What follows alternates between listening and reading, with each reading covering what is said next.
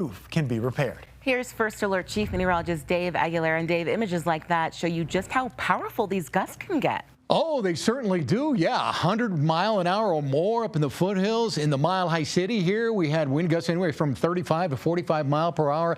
No rain or not much cloud cover around here. And as we go through tonight, I think we're going to have a big surge of wind after about midnight to about 2 o'clock in the morning. And that's going to spread dust over the entire city. So we might have a problem with dust tonight. Some of that wind, look what it does to the temperature. Our record high today was 67. We made it to 69 degrees. So we beat it by a couple of degrees. Look at Boulder and Fort Collins.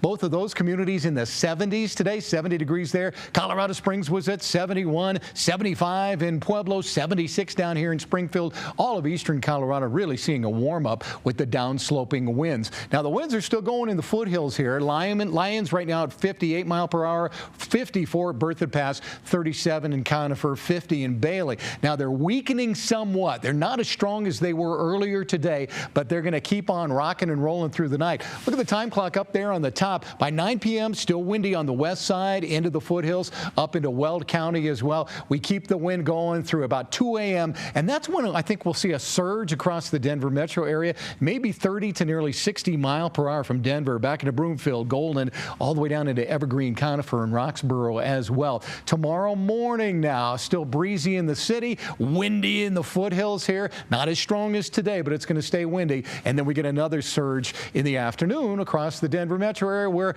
winds could beef up again 30 to 50 mile per hour in the afternoon. And it will be a cooler day tomorrow because that cold front comes through in the morning. High fire danger still in play all up and down the I-25 corridor, Front Range foothills through midnight tonight. We're worried about the high winds in all of those areas hanging in there through the evening. So we're holding on to a first alert weather day through the night tonight. Now, in addition to the wind, we got moisture coming in with this. So we have some snow on the way. Check out the satellite. Mainly just clouds right over Colorado right now. But behind this, look at this. There's a cold front coming through Utah right now. There's moisture with it, and it will deliver snow for the mountains of Colorado. And in some cases, could be significant snow. So let's check out what we are looking for as far as advisories go around the area here.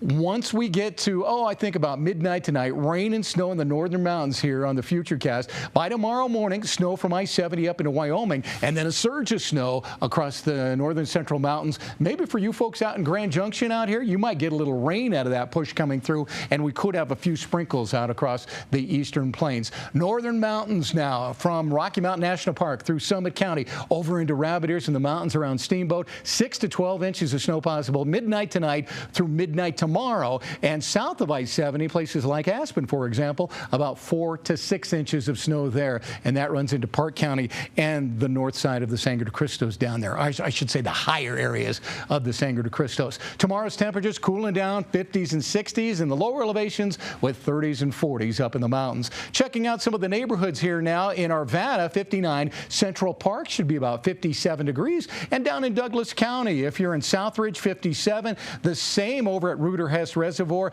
55 to 57 from Stepping Stone into Parker and the Pinery all the way down into Franktown. You'll be in the middle 50s tomorrow. So with that breeze, it'll feel kind of cold. 57 on Sunday, breezy conditions, not as windy, better for the Bronco game and the first day of winter. And then Monday all the way through Christmas, the 60s return. Christmas Eve, the record is 70.